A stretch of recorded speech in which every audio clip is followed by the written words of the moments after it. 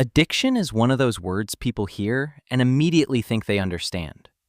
Usually, it brings very specific images to mind: drugs, alcohol, something obviously dangerous. But addiction isn't always loud. Sometimes it's subtle. It can look like checking your phone every few minutes, thinking about one person constantly, or going back to something you already know isn't good for you. And the strange part is, even when you see it clearly, you still feel pulled toward it. Most people think addiction is just a lack of control, like something you should be able to stop if you really wanted to.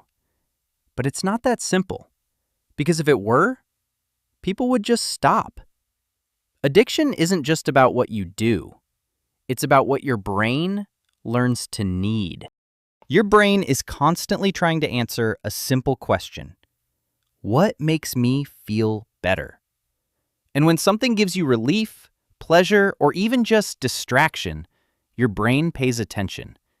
It releases dopamine, not just when you feel good, but when you expect to feel good.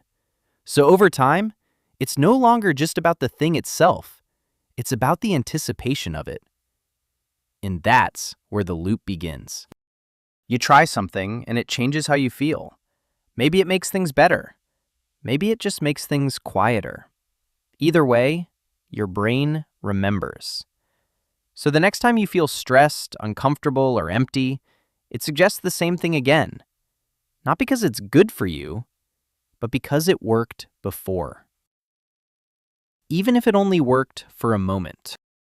This is where it becomes less obvious, because not all addictions involve substances. Sometimes it's a person. The way they make you feel, the attention they give you, the sense of connection, and sometimes the inconsistency. Especially the inconsistency, because when something good is unpredictable, it becomes more powerful.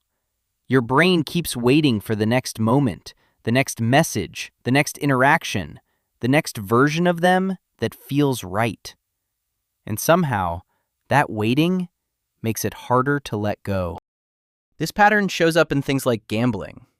You don't win every time, but you win just enough to keep going. And your brain starts chasing the feeling, not the outcome. So even when it hurts, you stay. Even when it drains you, you go back. Because a part of you is still expecting it to feel good again. Here's the part people don't always talk about. Addiction doesn't always look destructive.